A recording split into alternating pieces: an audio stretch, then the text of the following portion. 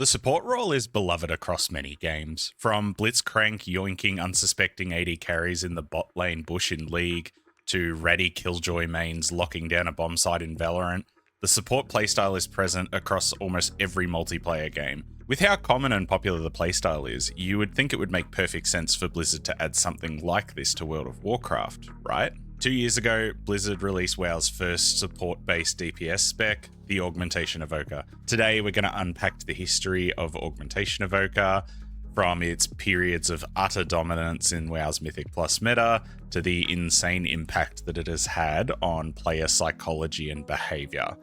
Let's get into it. For anyone who's been living under a rock, Augmentation was added as the third DPS spec to the Evoker class in patch 10.1.5 of Dragonflight. The gameplay style is pretty straightforward. Within WoW's tank healer DPS trinity, Augmentation fills one of the DPS slots. Augmentation would use Prescience on target allies to give stat buffs, Ebon Might to provide party-wide main stat boosts for a set duration, core rotation abilities to extend the duration of Ebon Might, and then Breath of Eons as a cooldown that amplifies its damage based on how much damage other party members are doing. In interviews, Blizzard stated that they deliberately released Augmentation mid-patch instead of including a specific support role as a start of expansion overhaul.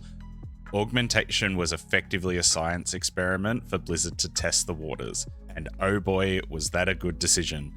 They didn't just test the waters, they did a belly flop from the highest platform. On release, Aug completely dominated the Mythic Plus meta, and when I say dominated, I mean it completely rewrote it. Take a look at the top runs from Dragonflight Season 2 on screen. There is literally not a single run for multiple pages in a row that didn't play this exact comp. At the time, this was dubbed the Exodia comp, which is a reference to Yu-Gi-Oh! Where all 5 cards would make a giant Egyptian god thing that instantly ended any battle just by existing. This comp highlighted one major thing. In certain conditions, Augmentation Evoker was completely broken. At the time, Shadow Priest and Fire Mage perfectly complemented one another from a DPS point of view. They were already extremely good. So when you add a spec that quite literally multiplies the damage of the group and provides additional survivability, it's almost like pouring petrol on an already blazing fire. The comp wasn't just dominant, it was basically a requirement for any higher level Mythic Plus content. Dragonflight Season 3 and 4, the story was almost identical. While Dragonflight Season 3 saw a little bit more diversity in terms of overall population of the other specs, the top runs were still completely dominated by Augmentation Evoker. Season 4 was almost a complete repeat of Season 2, arguably just a second coming of the Exodia comp in a different form. And looking at the top runs and spec distributions, it was almost impossible again to justify playing anything else. But surely you would think Blizzard wouldn't allow a single DPS spec to dominate high-end play going into a new expansion, right? Well, have a look at the top runs for Season 1 of War Within and see for yourself. Absolute dominance all the way down. Every single group for multiple pages has Augmentation Evoker in the roster. It wasn't until literally last season that Augmentation had the nerf hammer dropped hard enough on it to knock it off its pedestal. Before this, we had an almost 2-year period where one DPS spec had a stranglehold on the entire Mythic Plus meta. There are 27 DPS specs in the game, and as you can probably imagine, having one of them be so strong that is borderline mandatory for 2 years is far from healthy in terms of game balance. Now, this is just an ultra quick summary, but I can't stress enough just how powerful and dominant this spec was for nearly 2 years. But why was this even the case? How could WoW's devs allow this to persist for so long? And more importantly, what impact did it have on the player base as a whole? In all honesty, the devs weren't fully to blame. Part of the issue is the literal knife's edge that balancing a spec like Augmentation sits on. Let me break it down like this. Augmentation's main role is to multiply the damage, survivability, and healing of the whole party. On one hand, if Augmentation fully offsets its own DPS loss by multiplying the damage of the group enough, you effectively get all of the benefits of tank survivability and healer increases for free. If it is lowered a little bit, the defensive and survivability buffs still often outweigh the small DPS loss that you have to take. But if we keep going down lower, eventually enough DPS is lost by having augmentation in the group that meeting a damage check isn't possible anymore.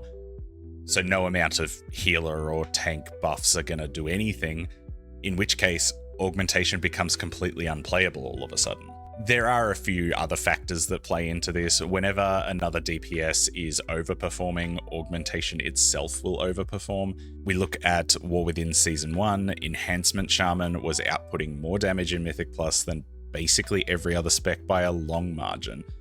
So adding a spec that literally amplifies the damage of other DPS in the group is kind of a no-brainer. On top of this, in many cases, the thing that holds keys from being timed back at a higher level isn't actually the DPS check, it's whether people can survive a mechanic. In this case, unless the DPS loss from having an Aug Evoker in the group is so severe that the DPS check is no longer possible, augmentation is still kind of mandatory because the defensive utility that it provides makes it possible to actually survive. So this includes like the healer and the tank buffs, but also abilities like Zephyr and Rescue Shield. Augmentation isn't actually there to pump out damage a lot of the time. It's there because no other class would allow the rest of the group to actually survive certain mechanics past a given key level. So hence we end up in this really awkward situation. If Aug does enough damage to meet the DPS check, it's just a shoo-in in most groups because of the group survivability. Any more damage on top of that and it's just legitimately broken. So Dragonflight Season 2 and 4 were exactly like this. You basically had no damage loss and all of the benefits of having Aug. There was just no downside. However, if it is lower than this DPS threshold, it's literally unplayable because no amount of survivability is going to matter if you can't do enough damage as a group to actually time a key. The optimal balance therefore lives on this like razor thin margin, which is almost impossible to hit given that augmentation's strength is actually based on the balance of all of the other specs that it's playing with. But look, the real reason I made this video isn't so much to look at Augmentation Evoker itself, but more to discuss how the spec exemplifies issues which we've had in the WoW community for years and continue to have to this day. In my opinion, Augmentation Evoker was almost the perfect catalyst for what I would deem unjustified meta slavery. Now, this sounds really strange given that I've just spent the last 10 minutes talking about how strong the spec is, but bear with me for a minute. At the highest level of play, yes, augmentation was so strong that it was almost impossible to play without. But as the key levels dropped, these benefits would quickly diminish and the spec would become almost a liability in runs, even though players would insist on taking it because it was so broken. Let's think about it like this. If we look at, say, the top runs in Dragonflight Season 2, when Aug was arguably at its strongest, in this instance, it was so strong because of its group survivability, but also because it was amplifying two specs in Shadow Priest and Fire Mage that by themselves were already extremely strong. In many cases, these groups would be insisting that Aug was mandatory and that playing without one was trolling, because they'd seen the highest level keys and they all took Aug. So it must apply for them, right? Well, no. Firstly, the other DPS in the group would simply not be as good as these top level key pushers. Even if they were on the same OP specs at the time, if these players were outputting, say, 80% of the damage that these top players were playing, all of a sudden augmentation is performing worse as it is multiplying the damage of other group members. Secondly, remember how I said before that the bottleneck at higher levels of gameplay is often survivability and not damage? This isn't the case at lower key levels. Things aren't one-shotting you. Sure, augmentation can sort of put a bit of a band-aid on mistakes, but it isn't actually needed to survive. So you're taking a class for defensive utility that you don't need, and giving up a lot of damage because the players in your group are simply not as good as the high-end pushers.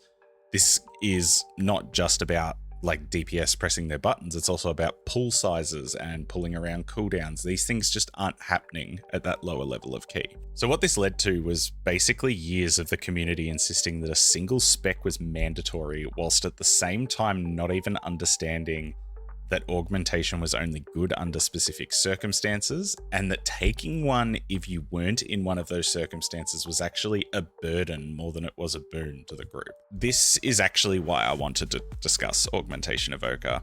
In my eyes, Aug is the prototypical example of why the WoW community's insistence on strictly following tier lists and meta trends is often unfounded and most of the time completely incorrect. This isn't a blanket thing, obviously. There are times when a certain class or spec is just overperforming at every level of gameplay, but more often than not, a lot of these Mythic Plus tier list videos are made through the lens of high-end gameplay, and this does not translate downwards. And when I say it doesn't translate downwards, I don't mean that it's applicable to everything above a weekly vault key. I mean that if you're not in, say, roughly the top 0.5% of Mythic Plus key levels, it literally does not matter to you, and it could even be a higher number than that, to be perfectly honest. This is the point that I wanted to make.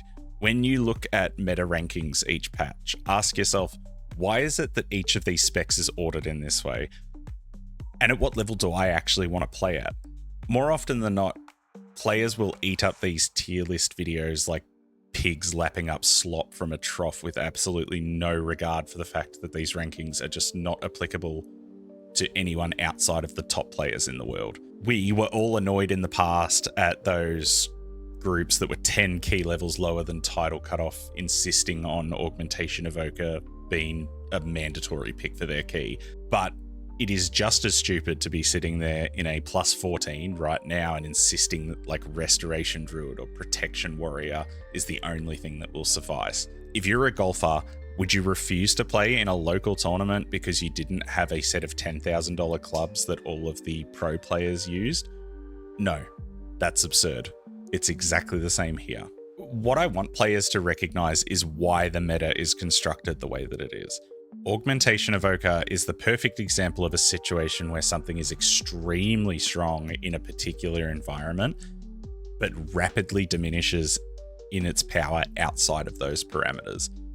Aug is an example of how the WoW community will just be unjustifiably warped in its perception due to watching high-level gameplay trends. I wanted to make this video at this time to sort of head off some of the upcoming tier list videos that'll be coming with the alpha and beta and Midnight's release down the track. I implore everybody, use your brain. Think about why these lists are structured the way that they are, why there's so many of them. Honestly, I think they're just click farms most of the time. And think for yourself, like construct groups yourself and realize that what you're playing is a lot less important than how well you're playing it. Anyway, rant over. Let me know your thoughts below. If you want to support the channel, check out channel memberships by clicking the join button. That's all from me. Until next time, gamers, take care.